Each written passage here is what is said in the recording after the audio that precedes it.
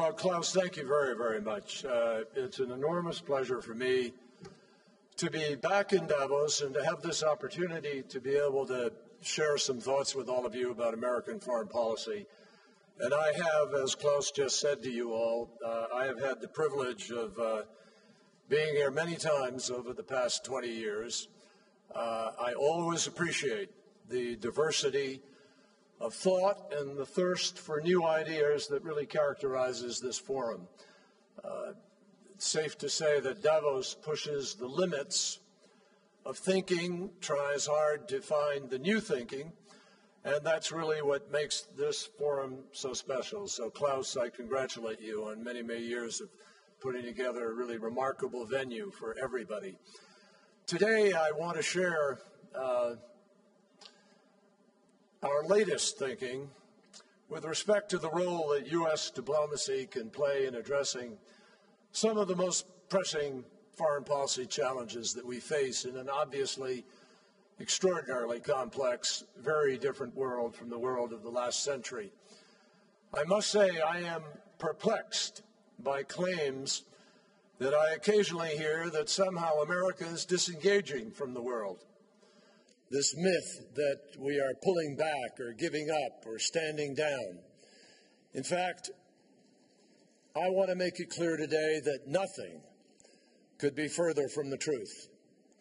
This misperception, and in some case driven narrative, appears to be based on the simplistic assumption that our only tool of influence is our military, and that if we don't have a huge troop presence somewhere, or we aren't brandishing an immediate threat of force, we are somehow absent from the arena. I think the only person more surprised than I am by the myth of this disengagement is the Air Force pilot who flies the Secretary of State's plane. Obviously, our engagement isn't measured in frequent flyer miles. That would be pretty nice if I got a few, as a matter of fact. But it is really measured, and I think serious students of foreign policy understand this, it is measured by the breadth of our global commitments, their depth, especially our commitments to our allies in every corner of the world. It is measured by the degree of difficulty of the crises and the conflicts that we choose to confront. And it is measured ultimately by the results that we are able to achieve. Far from disengaging, America is proud to be more engaged than ever, and I believe is playing a critical role, perhaps as critical as ever, in pursuit of peace, prosperity, and stability in various parts of the world.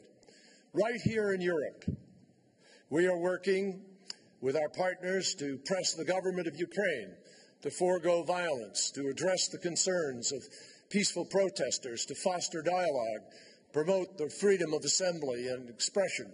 And I literally just received messages before walking in here of the efforts of our diplomats on the ground working with President Yanukovych to try to achieve calm and help move in this direction in the next days. We will stand with the people of Ukraine. We're also making progress towards finalizing the Transatlantic Trade and Investment Partnership, which would link the world's largest market, the EU, with the world's single largest economy, the United States, raising standards and creating jobs on both sides of the Atlantic. In the Asia-Pacific region, we are negotiating the Trans-Pacific Partnership, which will similarly encourage a race to the top, not the bottom, as it unifies 40% of the world's economy. The United States is working extremely closely with China and our allies in the region in order to address North Korea's reckless nuclear program, and also on diplomatic priorities like disaster relief and development. I was recently in the Philippines, and in a few weeks I will be back in Asia, my 5th trip as Secretary of State within a year. We are working with our ASEAN partners to discourage escalatory steps and conflict in the South China Sea, and this is a critical part of the President's rebalance to Asia. Across Africa, the home to 7 of the world's 10 fastest-growing economies, we are investing heavily in both development, trade, and in the Great Lakes region. We just recently helped end an armed rebellion, demobilizing the M23 armed group. And just yesterday, thanks to our diplomatic intense engagement on the ground, we have helped to achieve a ceasefire in South Sudan. And I can tell you that almost every day during the so-called Christmas break, I was on the phone to either President Kiir or to former Vice President Riek Machar or to the Prime Minister of Ethiopia or President Museveni of Uganda as we worked diligently to try to move towards peace. Closer to home, we just completed a U.S.-Canada-Mexico summit in Washington last week in preparation for our leaders who will focus on increased cooperation in our hemisphere, the North American effort for renewed entrepreneurship, renewable energy, and educational exchanges. So after a decade that was perhaps uniquely and in many people's view, unfortunately, excessively defined foremost by force and our use of force, we are entering an era of American diplomatic engagement that is as broad and as deep as any at any time in our history. And such are the responsibilities of a global power. The most bewildering version of this disengagement myth is about a supposed retreat by the United States from the Middle East. Now, my response to that suggestion is simple. You cannot find another country, not one country, that is as proactively engaged, that is partnering with so many Middle Eastern countries as constructively as we are on so many high-stake fronts. And I want to emphasize the last point, partnering. We have no pretense about solving these problems alone, nor is anyone suggesting, least of all me, that the United States can solve every one of the region's problems, or that every one of them can be a priority at the same time. But as President Obama made clear last fall at the United Nations, the United States of America will continue to invest significant effort in the Middle East because we have enduring interests in the region, and we have enduring friendships with countries that rely on us for their security in a volatile neighborhood. We will defend our partners and our allies as necessary, and we will continue to ensure the free flow of energy, dismantle terrorist networks, and we will not tolerate the proliferation of nuclear weapons. Now, in reality, all three of these challenges and the relationships that surround them and accomplishing all of these goals requires, in President Obama's words, for the United States to be engaged in the region for the long haul. From security cooperation with our Gulf partners, like Saudi Arabia and the United Arab Emirates, with whom we are both discussing longer-term security framework for the region, as well as to helping countries in transition like Tunisia, Libya, Egypt, Yemen, to countering al-Qaeda and its affiliates, to ensuring stability for the world shipping lanes and energy supply. There is no shortage of the places where we are engaged in the Middle East. So the question isn't whether we're leaving. The question is how we are leading. Today, we believe that there are initiatives that, taken together, have the potential to reshape the Middle East and could even help create the foundations of a new order. First, the agreement that we reached with Iran. As of this week, Iran's nuclear weapons program is being rolled back in important ways. On Monday, Iran took a series of steps that the world has long demanded, including reducing its stockpile of 20% enriched uranium, disabling the infrastructure for its production, and allowing unprecedented transparency and monitoring to guarantee Iran is complying with the agreement. They will have to reduce their 20% to zero, and they do not have and will not have the capacity for reconversion. They have to reduce it to forms that are not suitable for making weapons. Iran must also halt enrichment above 5%, and it will not be permitted to grow the current stockpile of 3.5% enriched uranium. Iran cannot increase the number of centrifuges that are in operation, and it cannot install or use any next-generation centrifuges to enrich uranium. And while we negotiate a final agreement over these next months, Iran will not be permitted to take any steps to commission the Arak plutonium reactor. Now, clearly, there are good reasons to ask tough questions of Iran going forward. And believe me, we will. And good reasons to require that the promises Iran made are promises kept. Remember, we certainly haven't forgotten, there is a reason that the world has placed sanctions on Iran. There's a reason why they exist in the first place. And there's a reason why the core architecture of those sanctions remains in place. And that is why this effort is grounded not in trusting, not in words, but in testing. And that is why now inspectors can be at Fordow every day. That wasn't the case before the agreement we struck. Inspectors can now also be at Natanz every day. That's also new, thanks to the agreement we struck.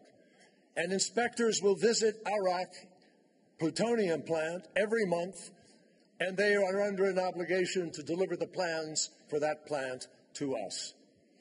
Taken all together, these elements will increase the amount of time that it would take for Iran to break out and build a bomb, the breakout time, as we call it. And it will increase our ability to be able to detect it and to prevent it. And all of this will, to an absolute guarantee beyond any reasonable doubt, make Israel safer than it was the day before we entered this agreement, make the region safer than it was the day before we entered this agreement, and make the world safer than it was. Now, yesterday, President Rouhani stood here, and he said that Iran is eager to engage with the world, and hopefully.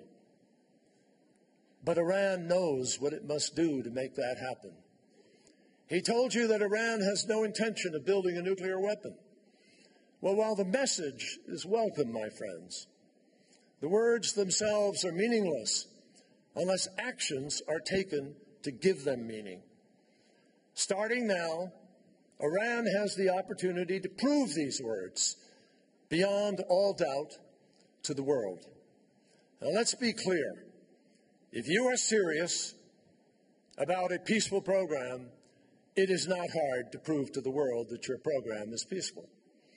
For sure, a country with a peaceful nuclear program does not need to build enrichment facilities in the cover of darkness in the depth of a mountain.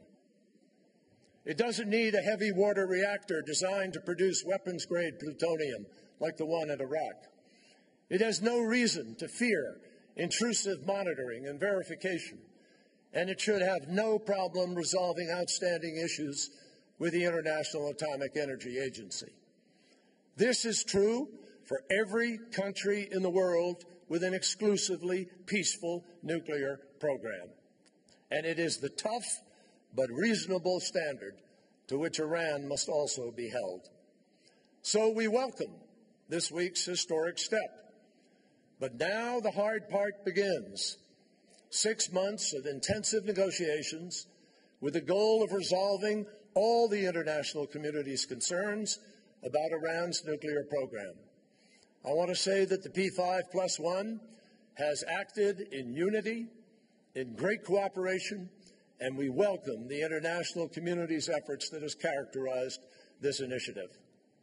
So Iran must meet this test. If it does, The Middle East will be a safer place, free from the fear of a nuclear arms race. And diplomatic engagement, my friends, backed by sanctions and other options, will have proved its worth. The second challenge is Syria, where an enormous, almost unimaginable human tragedy is unfolding before our eyes. Just this week, we have seen the terrible new evidence of torture at the hands of the Assad regime. But this week, we also saw the Syrian regime and the opposition sit at the same table in the same room, or separate tables, but in the same room, for the first time since the war began. They were joined by more than 40 countries and institutions who have assented to the Geneva Communiqué, which clearly outlines how this conflict must conclude, with the creation of a transitional government with full executive authority by mutual consent. Let me tell you in simple terms why that means Bashar al-Assad cannot be part of that future. It is simple. It is first because of the extraordinary havoc that he has wreaked on his own country, on his own people. A man who has killed university students and doctors with Scud missiles. A man who has gassed his own people in the dead of night, families sleeping, women, children, grandparents. A man who has unleashed extraordinary force of artillery and barrel bombs against civilians, against the laws of warfare. Assad will never have or be able to earn back the legitimacy to bring that country back together. That's number one. But number two, because of those things that he has done, because of 130,000 people who have been killed, the opposition will never stop fighting while he is there. And so if your objective is to have peace, this one man must step aside in favor of peace and of his nation. You can never achieve stability until he is gone. And finally, any transitional government formed by mutual consent, by definition, will not include Assad, because the opposition will never consent to permit him to be there. The United States is engaged in this difficult endeavor because we know that the longer the fighting continues, the greater the risk that Syria's sectarian divisions will spiral out of control. We know there are people who wish that American young men and women were on the ground fighting for them. There are people who would love to see America fight their war for them. But that is not the choice. The choice is first diplomacy, in order to avoid the devastating results that could result in the disintegration of the Syrian state and the instability that could spread across the entire region. We are engaged because the number of refugees pouring into Jordan, I see our friend Nasser Judeh, the foreign minister here, into Lebanon and Turkey, is destabilizing, and it's unsustainable. We are engaged because while we are proud to be the largest contributor to the humanitarian assistance to deal with those refugees, the ultimate solution can only come when we stop the supply of refugees, when we stop the fighting. And that can't happen soon enough, because Assad continues to kill and displace innocent Syrians, and in doing so has become the world's greatest single individual magnet for jihad and terror. Absent a political solution, we know where this leads. More refugees, more terrorists, more extremism, more brutality from the regime, more suffering from the Syrian people, and we do not believe that we or anyone should tolerate one man's brutal effort to cling to power. We must instead empower all of the Syrian people. That is why the United States and our partners who sat around the table this week will continue to fight for a pluralistic, inclusive Syria where all minorities are protected, where all rights are protected, and where Syria can come together to be once again the secular and unified state that it was. represented by a government of the people's choice where all minorities are protected. Now, we believe this vision is achievable, and we will continue to work closely with our partners for a new Syria that can exist peacefully as a sovereign, independent, and democratic state where Syrians will be able to have their voices heard without the fear of retribution, imprisonment, or even death. Now, obviously, we know this isn't going to be easy. In fact, it's obviously very, very hard. It's already hard. But we've already seen in Syria what forceful diplomacy is able to achieve. As we speak, a man who, the day before he agreed to do it, denied he even had the weapons, is now removing all of the chemical weapons from that country. As we speak, the international community is on its way to completely removing all of Syria's chemical weapons, an unprecedented undertaking that is making the region and the world safer and is setting an example on a global basis. We are convinced that if the Syrian people are to have the chance to rebuild their country, and if millions of Syrian refugees are to have the chance to return home, it is ultimately diplomacy that will make it possible. There is no military solution to the problem of Syria. And that brings me to the most intractable of all conflicts, the struggle to make peace between Israelis and Palestinians. Every time I meet my foreign counterparts, anywhere in the world, when they visit me in Washington or when I travel to their countries, I am not kidding you when I tell you that invariably the first issue that they ask me about is the challenge of Middle East peace. It may seem improbable to you, but I'm telling you it's absolutely true. From Asia to Latin America to Africa, all through Europe, this question lingers. This intractable conflict has confounded administration after administration, prime minister after prime minister, leaders, and peacemakers. And they always ask me this about the Middle East even before they complain about what we're doing or not doing, ironically. Despite this global interest, my friends, people still ask me, I'm astonished by it, why, with all the troubles in the world, and in the Middle East in particular, why is the Obama administration so focused on trying to forge Israeli-Palestinian peace? And obviously I've had that question directed at me in personal and in other ways. Well, the reason that we are so devoted to trying to find a solution is really very simple.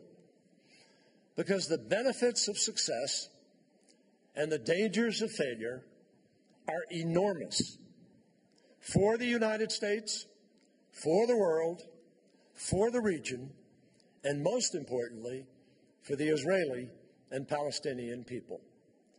After all the years expended on this, the last thing we need is a failure that will make certain additional conflict.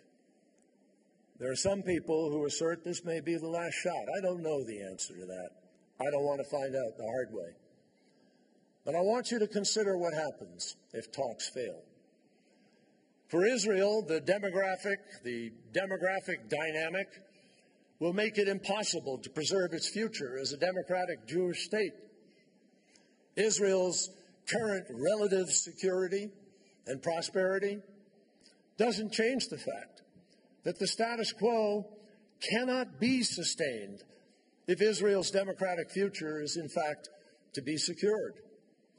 Today's status quo, my friends, I promise you, will not last forever.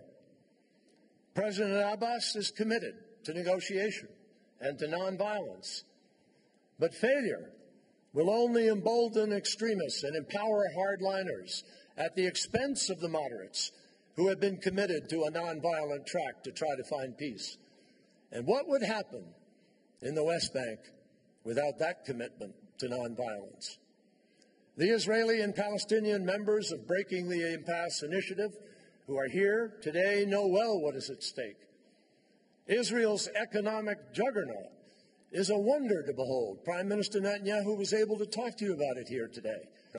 But a deteriorating security environment and the growing isolation that could come with it could put that prosperity at risk.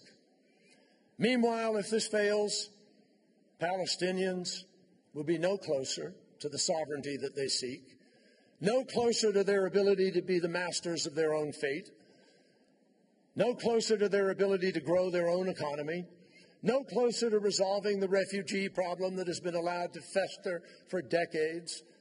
And if they fail to achieve statehood now, there is no guarantee another opportunity will follow anytime soon. This issue cannot be resolved at the United Nations.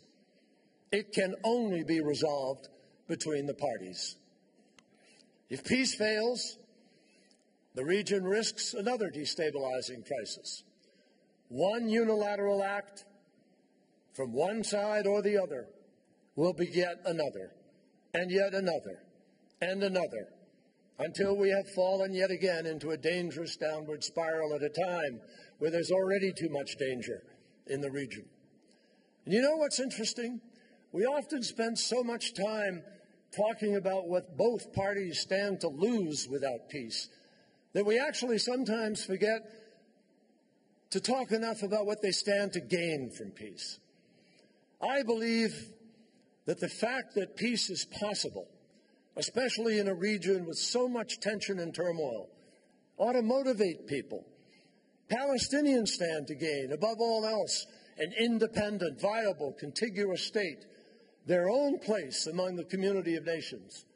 Imagine this time next year here in Davos, if Palestinian businessmen and government leaders from the state of Palestine are able to pitch the world's largest investors a host of projects from the Palestinian Economic Initiative. And imagine if they could be invited to participate in building a new state with new jobs, new infrastructure, and a new life free from occupation. And for Israel, the benefits of peace are enormous as well, perhaps even more significant. For starters, no nation on earth stands to gain so many new economic partners so quickly as Israel does, because 20 additional nations of the Arab League and 35 Muslim countries stand ready under the Arab Peace Initiative to all recognize Israel and normalize relations the moment a peace agreement is reached. As Sheikh Abdullah bin Zayed said at a meeting of the foreign ministers of the Arab League, which we held in Paris a few months ago, he said to his minister colleagues, completely spontaneously, unexpected for me, he said, you know what? After peace, Israel will enjoy greater economic benefit from relations with the Gulf than it now enjoys with Europe. That's the foreign minister of the United Arab Emirates. Just imagine what that would mean for commerce and trade. Stanley Fischer, the former governor of the Bank of Israel, who President Obama has nominated to serve on our own Federal Reserve Board, said that a peace agreement with the Palestinians could boost Israel's GDP by as much as 6% a year. And together, the Jewish state of Israel and the Arab state of Palestine could develop into an international hub for technology, for trade, tourism, unbelievable tourism, the holy sites of the world, of the major three religions. This would invigorate a region. It is long past time that the people of this great and ancient part of the world became known for what they can create, not for the conflicts that they can perpetuate. It is long past time that Jerusalem, the crucible of the world's three great monotheistic religions, becomes known not as the object of constant struggle, but as the golden city of peace and unity, embodying the aspirations of Israelis and Palestinians alike. The truth is that after decades of struggling with this conflict, we all know what the end game looks like. An independent state for Palestinians wherever they may be, security arrangements for Israel that leave it more secure, not less, a full-phased final withdrawal of the Israeli army, a just and agreed solution to the Palestinian refugee problem, an end to the conflict and all claims, and mutual recognition of the nation-state of the Palestinian people and the nation-state of the Jewish people. That is our destination. And the real challenge is not what is it, it's just how to get there. How to get the leaders and the body politic of both places to make the courageous decisions necessary to embrace what would be fair and what would work.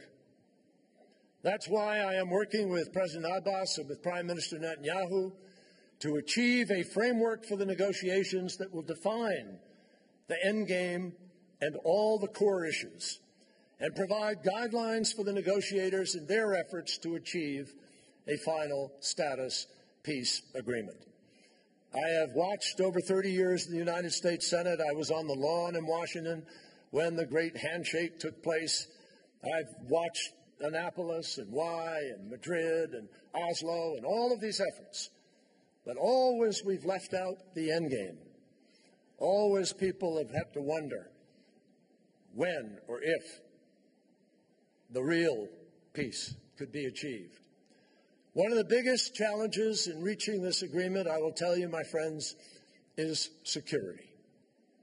The Palestinians need to know that at the end of the day, their territory is going to be free of Israeli troops, that occupation ends. But the Israelis, rightfully, will not withdraw unless they know that the West Bank will not become a new Gaza. And nobody can blame any leader of Israel for being concerned about that reality.